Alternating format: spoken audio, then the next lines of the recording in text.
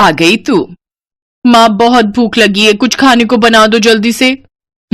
बता क्या खाएगी? माँ सबसे जल्दी तो मैगी बनती है ना। मुझे पता था कि तू मैगी ही खाएगी। चल हाथ मुंह धो ले, मैंने पहले से ही बना कर रखी है तेरे लिए। सच में माँ? मैं बस अभी आई फिर तो। ये कहानी है रिया की, जिसे मैगी बहुत पसंद थी। वो हमेशा खाने के लिए अपनी माँ से मैगी ही मांगती थी और जब घर में कोई नहीं होता था तब भी वो खुद मैगी ही बनाकर खाती थी। ऐसे ही वक्त गुजरता चला गया और फिर वो दूसरे शहर जाकर हॉस्टल में रहकर पढ़ाई करने लगी। और फिर एक दिन, हेलो रिया, क्या कर रही है? कुछ नहीं माँ, बस नाश्ता करके कॉलेज जा रही हूँ। अरे वाह, क्या बना है नाश्ते में? वो माँ, मैंने मैगी ही बनाई होगी। हाँ माँ, थोड़ी देर हो रही थी तो मैंने सोचा कि मैगी ही बना लूं। अरे मैगी की भूखी, तेरा पेट कब भरेगा इस मैगी से? पेट तो बहुत अच्छे से भर जाता है माँ, बस मन ही नहीं भरता। जब से रिया हॉस्टल में आई थी तब से ही वो दिन रात बस मैगी ही खाती रहती थी। ना तो उसने कभी कुछ और बनाना सीखा और ना ही सीखने में रुचि ली। ऐसे ही उसका कॉलेज भी पूरा हो गया और फिर वो अपने घर लौट गई। फिर एक दिन, सुन जल्दी तैयार हो जाना, ठीक है? क्यों, क्या हुआ? कहीं जाना है क्या? अरे पगली, बताया तो था आज लड़के वाले आ रहे हैं तुझे देखने। क्या माँ, मुझे अभी शादी नहीं करनी। अभी नहीं तो कब करेगी? बुढ़ापे में क्या? चल जल्दी से तैयार हो जा। सरला के कहने पर रिया तैयार हो गई। सुधीर और उसकी माँ कुसुम उसे देखने आए। रिया की सुंदरता देखकर सुधीर ने उसे फौरन पसंद कर लिया और फिर 2 महीने बाद उनकी शादी की तारीख भी तय हो गई। इसी बीच सुधीर और रिया बाहर घूमने गए और फिर एक होटल में। तुम क्या खाना पसंद करोगी? मैं तो राजमा चावल खाऊंगा। वो यहाँ मैगी मिलती है क्या? हाँ मिलती ही होगी, पर होटल में आकर मैगी खाओगी? हाँ, क्यों नहीं। चलो ठीक है, जैसी तुम्हारी मर्जी। उस दिन सुधीर को समझ आ गया था कि रिया को मैगी बहुत पसंद है, लेकिन कितनी ज्यादा पसंद है ये तो उसे मालूम होना अभी बाकी था। फिर उसी शाम, रिया देख अब तेरी शादी होने जा रही है, अपने ससुराल में जाकर उन्हें क्या खिलाएगी? बस मैगी? अरे कुछ तो खाना बनाना सीख ले, वरना तेरी सास तुझे धक्के देकर घर से बाहर कर देगी। हाँ माँ, कल से मुझे खाना बनाना सिखा देना, ठीक है? रिया को कभी खाना बनाने में इंटरेस्ट नहीं आया। उसने जब बहुत आसानी से अपनी माँ को कहा कि वो कल से ही खाना बनाना सीखेगी, तभी उसकी माँ समझ गई थी कि वो जरूर कोई तिकड़म भिड़ा रही है। शादी को अब बस 10 दिन बचे थे और अगले ही दिन रिया की 4 सहेलियां उसकी शादी के लिए उसके घर में आकर रुक गईं। सरला समझ गई कि अब वो उसकी सहेलियों के सामने उसे क्या ही खाना बनाना सिखा पाएगी, और हुआ भी वही जिस बात का सरला को डर था। शादी की तारीख आ गई, पर असली कहानी तो अब शुरू होने वाली थी। शादी के ठीक 2 दिन बाद, रिया बेटी यहाँ आओ। जी माँ जी। हमारे यहाँ रिवाज है कि नई बहू दूसरे दिन खाना बनाती है। आज सुधीर के फूफा जी और मौसा जी खाना खाने आएंगे, तो तुम एक काम करो, 3-4 तरह की बढ़िया सब्जी वगैरह बना लो। अगर तुम कहो तो मैं लग जाती हूँ तुम्हारे साथ। नहीं नहीं माँ जी, मैं कर लूंगी। रिया ने उस वक्त तो अपनी सास को हाँ बोल दिया, लेकिन अब उसकी हालत खराब हो रही थी, क्योंकि बचपन से उसने मैगी के अलावा कुछ और बनाना सीखा ही नहीं था।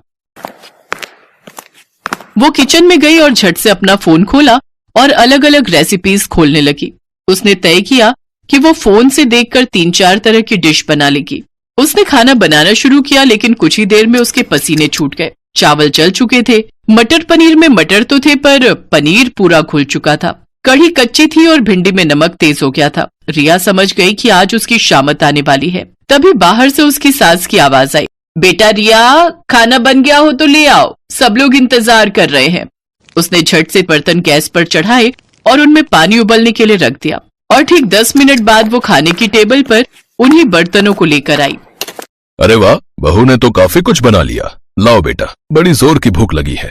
हाँ हाँ भाई साहब, सही कहा, भूख तो जोरों की लगी है। जैसे ही मौसा जी ने पहला बर्तन खोला, वो चौंक गए क्योंकि उसमें मैगी थी। है, बहू ने तो मैगी बनाई है? दूसरा बर्तन खोलिए भाई साहब, उसमें होगा कुछ। मौसा जी ने जब दूसरा बर्तन खोला तो उसमें भी मैगी ही थी। इसमें भी मैगी है? जी, ये वाली वेज मैगी है मौसा जी। अच्छा, और बाकी बर्तनों में कौन सी मैगी है बहू रानी? जी, वो तीसरे वाले बर्तन में मसाला मैगी और उस वाले में अंडा मैगी है, खाकर देखिए, बहुत बढ़िया बनाई है मैंने। रिया की बात सुनकर उसकी सास कुसुम ने अपना माथा पीट लिया और उधर सुधीर के फूफा जी और मौसा जी एक दूसरे का मुंह ताकने लगे। लेकिन रिया ने इस घटना के बाद भी खाना बनाना नहीं सीखा। उसकी सास कुसुम ही सबके लिए खाना बनाती थी। फिर एक दिन कुसुम खाना बनाते हुए अचानक किचन में बेहोश हो गई और फिर अस्पताल में। देखिए, अब इनकी उम्र हो रही है, बेहतर है कि ये ज्यादा से ज्यादा आराम करें। और हाँ, खाने में इन्हें हेल्दी फूड दीजिए, जैसे सूप, पनीर, दूध, दही, अंडे से बनी चीजें। घर का खाना खाएंगी तो जल्दी से ठीक हो जाएंगी, वरना कमजोरी बढ़ती ही जाएगी और फिर बड़ी मुश्किल हो जाएगी। रिया और सुधीर कुसुम को घर ले आए, लेकिन रास्ते भर ना तो कुसुम ने और ना ही सुधीर ने उससे कुछ कहा। फिर अगले दिन जब कुसुम सोकर उठी तब, चलो अब फटाफट सबके लिए नाश्ता बना देती हूँ। जैसे ही कुसुम किचन में जाने लगी तभी रिया उसके पास आई। उसके हाथों में पराठे और सब्जी थे और आंखों में आंसू। पराठे जले हुए थे और सब्जी कच्ची थी। कुसुम ने मुस्कुराकर रिया के सिर पर हाथ फेरा और बोली, कोई बात नहीं बेटा, ऐसा करो, मेरे लिए कुर्सी डाल दो रसोई में, मैं बताती जाऊंगी और तुम बनाती जाना, फिर देखना सब ठीक से बनेगा। उस दिन से कुसुम रिया को हर रोज खाना बनाना सिखाने लगी और रिया भी अब दिल लगाकर सीखने लगी। 6 महीनों तक रिया ने मैगी को हाथ तक नहीं लगाया और अब वो बहुत बढ़िया खाना बनाने लगी। उसकी सास कुसुम भी अब पहले से तंदुरुस्त हो गई थी। फिर एक दिन जब रिया अपने कमरे में थी तभी उसकी सास वहां एक कटोरा लेकर आई। लो रिया, खाना खा लो। अरे माँ जी, मैंने खाना बनाया हुआ है, आपने क्यों? अरे मैगी बनाई है तुम्हारे लिए, मुझे भी तो तुम्हारा थोड़ा ख्याल रखना चाहिए ना।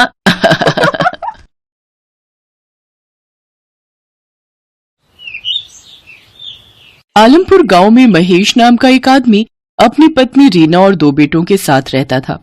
महेश अंडा सप्लाई का काम करता था। महेश का स्वभाव बहुत ही गुस्सैल और मक्कार किस्म का था। वो अक्सर रीना और अपने बच्चों को मारता पीटता रहता था। एक रोज, ये क्या बनाया खाने में है? जब देखो रोज दाल बना के रख देती है। जितने पैसे तुम घर में देते हो उससे सिर्फ दाल ही आ सकती है। सब्जी पता है कितनी महंगी है? मुझे नहीं खानी तेरी ये दाल वाल, जा मेरे लिए मस्त सा अंडा पराठा बना कर रहा, नहीं तो तेरी ऐसी सुताई करूंगा कि आगे से दाल चावल बनाना हमेशा के लिए भूल जाएगी, समझी? रीना रोते हुए रसोई में जाती है और फिर पराठे के अंदर अंडा भर के सबके लिए अंडा पराठा बना कर ले आती है, जिसे खाने के बाद बच्चे बोलते हैं, माँ तुमसे अच्छा अंडा पराठा तो कोई बना ही नहीं सकता, सचमुच मजा ही आ गया। बस बस, इतना सर पर चढ़ाने की जरूरत नहीं है अपनी माँ को। रीना जो कुछ भी करती है महेश को कभी भी पसंद नहीं आता। छोटी छोटी बातों को लेकर वो रीना से लड़ाई करता रहता। एक दिन दोपहर को बच्चे अभी स्कूल से आए ही थे कि एक आदमी रीना के पास भागा भागा आता है। भाभी, महेश दुकान से पैसे चुरा कर भाग गया है और उसने मालिक से कर्जा भी लिया हुआ है। ये तुम क्या कह रहे हो भैया? मुझे तो इस बारे में कुछ भी नहीं पता। और कर्जा किसके लिए? हमें तो कर्जे की कभी जरूरत ही नहीं पड़ी। मैं तो बस आपको बताने चला आया, अभी थोड़ी देर में यहाँ पर पुलिस भी आएगी पूछताछ के लिए। हे भगवान, ये क्या हो गया? मुझे तो कुछ भी नहीं पता, मैं क्या बोलूंगी? उस आदमी ने तो मुझे कभी कुछ बताया ही नहीं। थोड़ी देर में वहां पर पुलिस पहुंच जाती है। वो रीना और बच्चों से पूछताछ करती है, लेकिन पुलिस जान जाती है कि इन लोगों को कुछ भी नहीं पता। इसलिए वो ये बोलकर चले जाते हैं कि अगर वो घर आए तो हमें इत्तला कर देना। पुलिस के जाने के बाद रीना सर पकड़कर बैठ जाती है। दोनों बच्चे आकर उसके आसपास बैठकर दिलासा देने लगते हैं। माँ तू क्यों परेशान होती है? तेरे को पता ही था ना कि बाबा कैसे थे। हम है ना माँ, सब मिलकर कर लेंगे। रोते रोते रीना अपने बच्चों को गले से लगा लेती है। अब उसे सामने आगे का समय बिल्कुल अंधकार में दिख रहा था। वो तो पढ़ी लिखी भी नहीं थी कि कहीं नौकरी कर लेती। क्या काम करेगी ये भी वो नहीं सोच पा रही थी। अभी तो वो उस दुख से उबर भी नहीं पाई थी कि महेश धोखा देकर चला गया है। 2-4 दिन इसी तरह निकल जाते हैं। मरता क्या न करता। आखिर में रीना को घर से काम के लिए निकलना ही पड़ा, पर उसे समझ में नहीं आ रहा था कि वो आखिर करे तो क्या करे।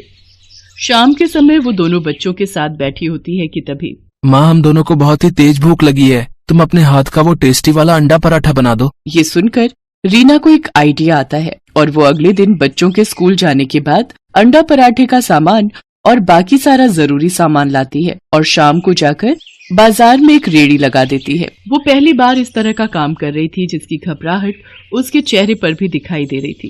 तभी सुनो बहन जी, जरा मेरे लिए अंडा पराठा की एक प्लेट लगाना। हाँ जी, अभी लीजिए मैं बनाती हूँ। रीना झट से तवा गरम करती है और उसके ऊपर अंडा पराठा बनाने लगती है। फिर उसके ऊपर मक्खन डालकर ग्राहक को देती है। अरे वाह, मैंने इतनी जगह से अंडा पराठा खाया, लेकिन इतना टेस्टी मैंने आज तक कभी नहीं खाया। और पराठे के ऊपर पड़े इस माखन ने इस पर चांद चांद लगा दिए हैं। रीना उसे धन्यवाद बोलती है।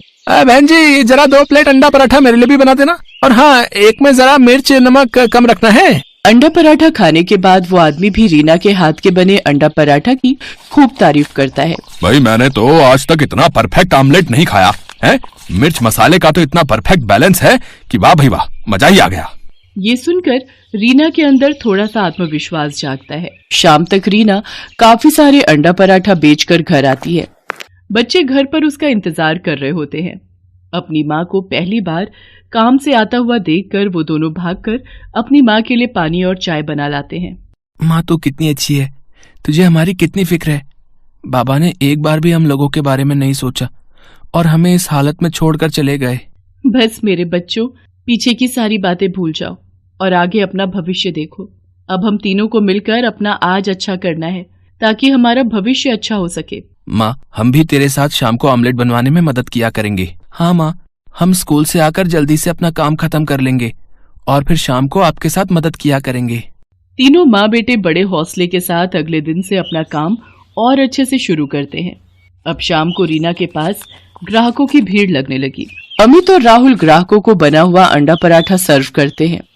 अब रीना के हाथों का अंडा पराठा लोगों को इतना पसंद आने लगा कि लोग दूर दूर से भी वहां अंडा पराठा खाने आने लगे। अब रीना अंडा पराठा ही नहीं बल्कि उबले हुए अंडे और मसाला अंडे, मसाला ऑमलेट, बटर ऑमलेट और अंडा मैगी बनाने लगी। उसके पास अब हर तरह के ग्राहक आते और बच्चों को खासकर अंडा मैगी बहुत पसंद आती है। तीनों माँ बेटा बहुत मेहनत कर रहे थे। देखते ही देखते उनकी दुकान बहुत अच्छी चलने लगती है और आमदनी भी अच्छी होने लगती है। राहुल और अमित सुबह दिल लगाकर पढ़ाई करते और शाम को अपनी माँ की मदद करते हैं।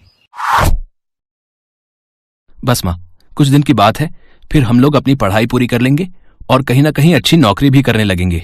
भाई, मैं तो नौकरी वोकरी नहीं करूंगा, मैं तो बस माँ के काम को आगे बढ़ा लूंगा। मेरे बच्चों, मैं जानती हूँ तुम सुबह से लेकर रात तक लगे रहते हो, कितनी मेहनत करते हो। देख लेना, एक दिन भगवान तुम्हारी मेहनत का फल तुम्हें जरूर देगा। धीरे धीरे समय बीतता है और रीना के दोनों बच्चे अपनी पढ़ाई खत्म कर लेते हैं।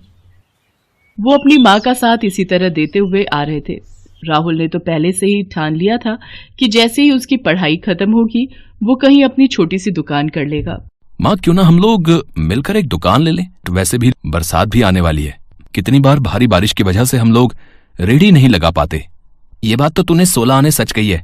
बरसात में कई दिन हमारे बगैर कमाई के ही निकल जाते हैं। माँ, राहुल ठीक कह रहा है। कल मैं और राहुल जाकर कोई दुकान देखते हैं, वहीं आसपास ही लोगों को पता चले हम लोगों की एक दुकान भी है। मैं जानती हूँ, मेरे दोनों बेटे बहुत समझदार हैं। वो जो भी फैसला लेंगे सही लेंगे। अगले दिन दोनों भाई दुकान देख लेते हैं और किराया देने के बाद वो अपनी माँ के साथ वहां पर अपना काम शुरू करते हैं। वहीं पास में बच्चों का एक इंस्टीट्यूट खुल गया। अब बच्चे वहां पर आते और सीधा रीना की दुकान पर बैठ जाते। राहुल अमित आज भी अपनी माँ की मदद करते हैं। आंटी, अपने हाथ का टेस्टी और चटपटा अंडा पराठा बना दो जल्दी से। मेरे लिए तो अंडे वाली मैगी बना देना। तूने कभी आंटी के हाथ की अंडे वाली मैगी खाई है? सच में मजा आ जाता है, इतनी टेस्टी कि पूछ मत। घर पर कई बार ट्राई किया पर आंटी के हाथ जैसा स्वाद कभी नहीं आया। अब मैं ज्यादा नहीं सोचती और मैगी खाने सीधा यहीं चली आती हूँ। रीना को बच्चों के मुंह से अपने खाने की तारीफ सुनकर बड़ा अच्छा लगता है और वो और भी लगन और प्यार से उन बच्चों के लिए अंडे बनाती है। एक दिन रीना सुबह जब दुकान खोलने आती है तो देखती है कि चारों तरफ अफरा तफरी मची हुई है। लोग अपनी अपनी दुकानों से अपना सामान निकाल रहे हैं। अरे भैया जी, क्या हो रहा है? इतना शोर शराबा और ये लोग बाग अपनी दुकान से सामान क्यों निकाल रहे हैं? अरे बहन जी, आप भी अपनी दुकान का सामान जल्दी निकालो। जिस दुकानदार ने ये दुकान किराए पर दी है, यहाँ की सब दुकानें इल्लीगल हैं। हाँ, जिन्हें सरकारी महकमा के लोग बंद करने आने वाले हैं। ये सुनकर रीना अपना सर पकड़ लेती है कि अभी तो थोड़े से हालात सही होने शुरू हुए थे, अब ये क्या हो गया। वो अपने बेटों को फोन लगाती है और दोनों बेटे अपनी माँ की मदद के लिए आ जाते हैं। अब उन्हें दुकान का किराया दिए हुए 10 ही दिन हुए थे। रीना थोड़ा विचलित हो जाती है। वो लोग जैसे तैसे करके दुकान का सारा सामान निकाल कर बाहर ले आते हैं और सरकारी लोग आकर दुकानों पर ताला लगा देते हैं। पता नहीं भगवान की क्या इच्छा है, जब भी थोड़ा समय अच्छा होने लगता है तभी कोई बड़ी मुसीबत आने लगती है। माँ तो फिक्र क्यों करती है, हम देख लेंगे, कुछ ना कुछ हो जाएगा। रीना अपने दोनों बच्चों के साथ वापस वहीं फुटपाथ से शुरू करती है जहां उसने पहली बार अंडे की रेडी लगाई थी। जैसा कि रीना को डर लग रहा था कि अब क्या होगा, फिर दोबारा से काम कैसे शुरू होगा। फिर ऐसा रीना के साथ कुछ नहीं हुआ। उसके हाथों का स्वाद लोगों को उसके पास खींच ही लाता है। धीरे धीरे 1 साल का समय बीत जाता है। रीना के हालात बहुत ही अच्छे हो जाते हैं। धीरे धीरे उसके पास थोड़ी बहुत जमा पूंजी भी इकट्ठी हो जाती है, जिससे उसका आत्मविश्वास और बढ़ जाता है और वो अपने काम को आगे बढ़ाने का सोचने लगती है। अब वो अपने बेटे राहुल को भी अपने जैसा अंडा पराठा बनाना सिखा देती है। अब माँ बेटा दोनों मिलकर दोनों अलग अलग जगह पर दुकान लगाते हैं और दोनों जगह की आमदनी से उनके हालात बहुत ही अच्छे हो गए। अमित ने एक अच्छे से ऑफिस में जॉब कर ली। आखिर एक गरीब अंडे पराठे वाली बहू ने अपने आप का और अपने बच्चों का भविष्य बना ही लिया।